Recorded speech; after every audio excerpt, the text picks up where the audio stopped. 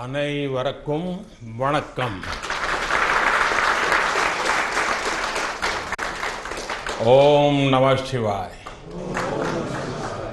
शिवाय नमः. हर हर महादेव. सबसे पहले विभिन्न आदिनम से जुड़े आप सभी पूज्य संतों का मैं शीश झुकाकर अभिनंदन करता हूं. आज मेरे निवास स्थान पर आपके चरण पड़े हैं. ये मेरे लिए बहुत सौभाग्य की बात है. ये भगवान शिव की कृपा है जिसकी वजह से मुझे एक साथ आप सभी शिव भक्तों के दर्शन करने का मौका मिला है.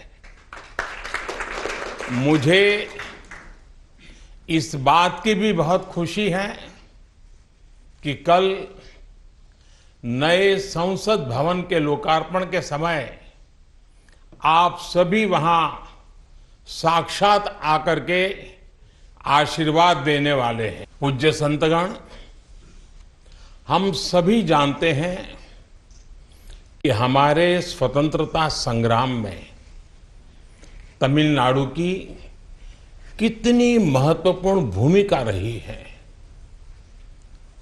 वीर मंगई वेलु नाचियार से लेकर मर्द भाइयों तक, सुब्रमण्यम भारती से लेकर नेताजी सुभाष चंद्र बोस के साथ जुड़ने वाले अनेकों तमिल लोगों तक हर युग में तमिलनाडु भारतीय राष्ट्रवाद का गढ़ रहा है. तमिल लोगों के दिल में हमेशा से मां भारती की सेवा की, भारत के कल्याण की भावना रही है. बावजूद इसके ये बहुत दुर्भाग्यपूर्ण है कि भारत की आजादी में तमिल लोगों के योगदान को वो महत्व नहीं दिया गया जो दिया जाना चाहिए था. अब बीजेपी ने इस विषय को प्रमुखता से उठाना शुरू किया है. अब देश के लोगों को भी पता चल रहा है कि महान तमिल परंपरा और राष्ट्रभक्ति के प्रतीक तमिलनाडु के साथ क्या व्यवहार हुआ था.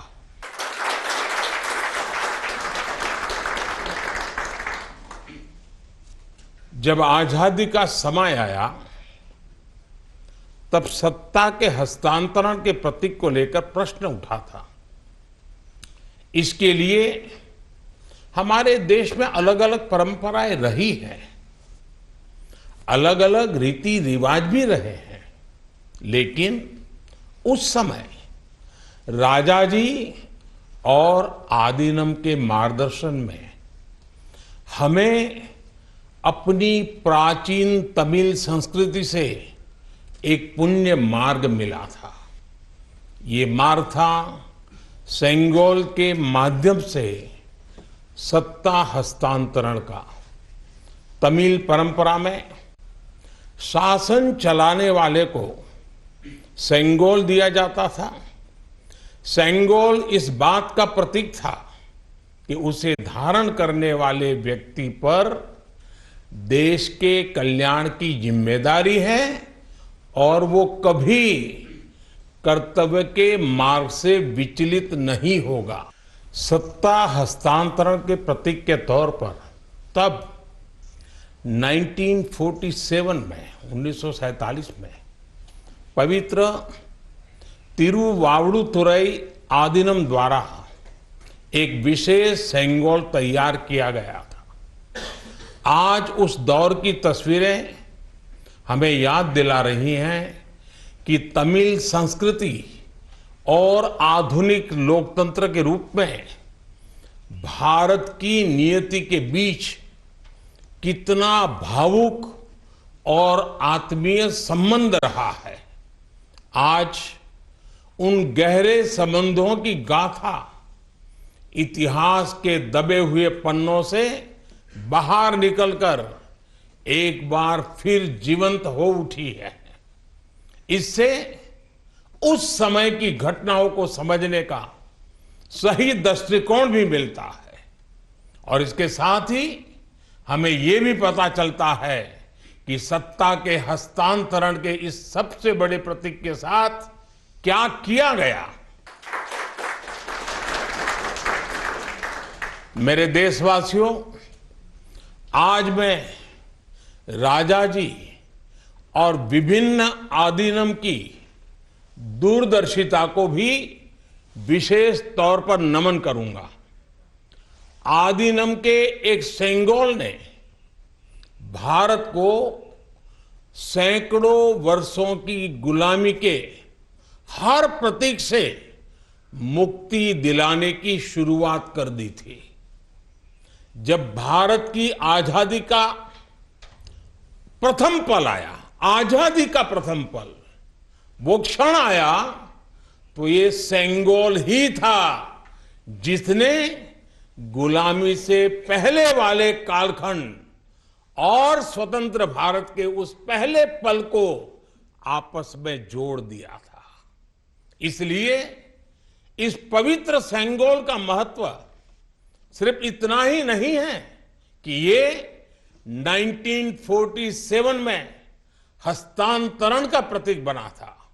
इस सेंगोल का महत्व इसलिए भी है क्योंकि इसने गुलामी के पहले वाले गौरवशाली भारत से, उसकी परंपराओं से स्वतंत्र भारत के भविष्य को कनेक्ट कर दिया था। अच्छा होता कि आजादी के बाद इस पूज्य सेंगोल को पर्याप्त मान सम्मान दिया जाता, इसे गौरवमय स्थान दिया जाता। लेकिन ये सेंगोल प्रयागराज में, आनंद भवन में वॉकिंग स्टिक यानी पैदल चलने पर सहारा देने वाली छड़ी कहकर प्रदर्शनी के लिए रख दिया गया था। आपका ये सेवक और हमारी सरकार अब उस सेंगोल को आनंद भवन से निकाल कर लाई है। आज आजादी के उस प्रथम पल को नए संसद भवन में सेंगोल की स्थापना के समय हमें फिर से पुनर्जीवित करने का मौका मिला है। लोकतंत्र के मंदिर में आज सेंगोल को उसका उचित स्थान मिल रहा है। मुझे खुशी है कि अब भारत की महान परंपरा के प्रतीक उसी सेंगोल को नए संसद भवन में स्थापित किया जाएगा। ये सेंगोल इस बात की याद दिलाता रहेगा कि हमें कर्तव्य पथ पर चलना है, जनता जनार्दन के प्रति जवाबदेह बने रहना है। पूज्य संतगण, आदीनम की महान प्रेरक परंपरा साक्षात सात्विक ऊर्जा का प्रतीक है। आप सभी संत शैव परंपरा के अनुयायी हैं। आपके दर्शन में जो एक भारत श्रेष्ठ भारत की भावना है, वो स्वयं भारत की एकता और अखंडता का प्रतिबिंब है। आपके कई आदीनम के नामों में ही इसकी झलक मिल जाती है। आपके कुछ आदीनम के नाम में कैलाश का उल्लेख है। ये पवित्र पर्वत तमिलनाडु से बहुत दूर हिमालय में है, फिर भी ये आपके हृदय के करीब है। शैव सिद्धांत के प्रसिद्ध संतों में से एक तिरुमूलर के बारे में कहा जाता है कि वो कैलाश पर्वत से शिव भक्ति का प्रसार करने के लिए तमिलनाडु आए थे। आज भी उनकी रचना तिरुमंदिरम के श्लोकों का पाठ भगवान शिव की स्मृति में किया जाता है।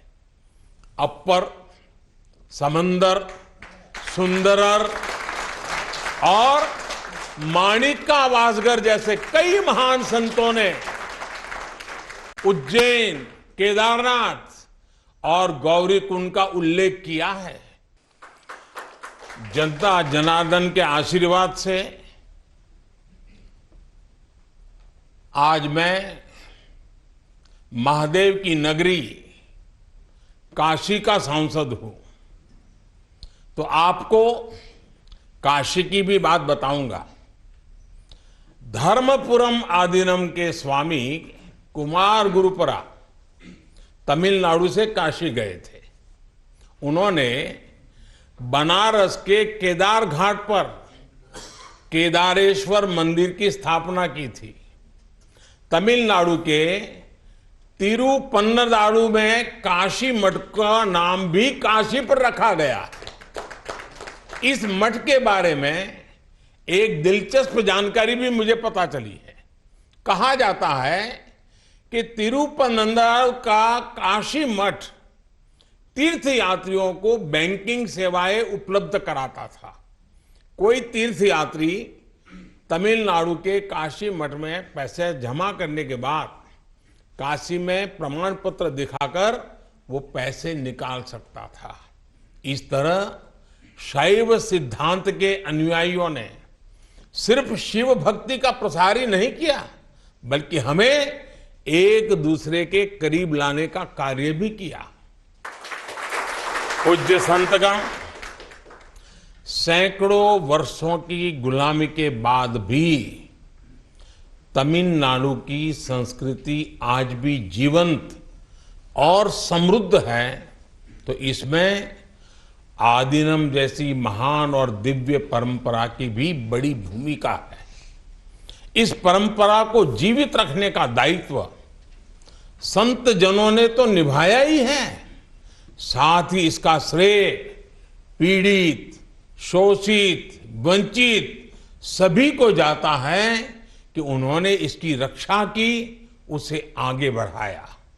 राष्ट्र के लिए योगदान के मामले में आपकी सभी संस्थाओं का इतिहास बहुत गौरवशाली रहा है।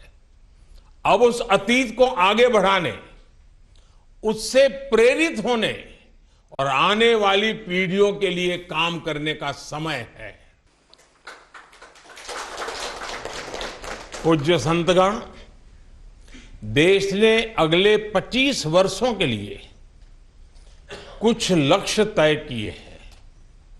हमारा लक्ष्य है कि आजादी के 100 साल पूरे होने तक एक मजबूत, आत्मनिर्भर और समावेशी विकसित भारत का निर्माण हो। 1947 में 1947 में आपकी महत्वपूर्ण भूमिका से कोटि कोटि देशवासी पुनः परिचित हुए हैं। आज जब देश 2047 के बड़े लक्ष्यों को लेकर आगे बढ़ रहा है, तब आपकी भूमिका और महत्वपूर्ण हो गई है। आपकी संस्थाओं ने हमेशा सेवा के मूल्यों को साकार किया है। आपने लोगों को एक दूसरे से जोड़ने का, उनमें समानता का भाव पैदा करने का बड़ा उदाहरण पेश किया है। भारत जितना एकजुट होगा उतना ही मजबूत होगा। इसलिए हमारी प्रगति के रास्ते में रुकावटें पैदा करने वाले तरह तरह की चुनौतियां खड़ी करेंगे। जिन्हें भारत की उन्नति खटकती है, वो सबसे पहले हमारी एकता को ही तोड़ने की कोशिश करेंगे। लेकिन मुझे विश्वास है कि देश को आपकी संस्थाओं से आध्यात्मिकता और सामाजिकता की जो शक्ति मिल रही है, उससे हम हर चुनौती का सामना कर लेंगे। मैं फिर एक बार, आप मेरे यहां पधारे, आप सबने आशीर्वाद दिए, ये मेरा सौभाग्य है। मैं फिर एक बार आप सबका हृदय से आभार व्यक्त करता हूं, आप सबको प्रणाम करता हूं।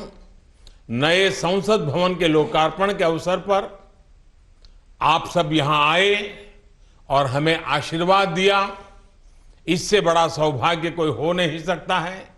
और इसलिए मैं जितना धन्यवाद करूं उतना कम है। फिर एक बार आप सबको प्रणाम करता हूं। ओम नमः शिवाय। वणक्कम।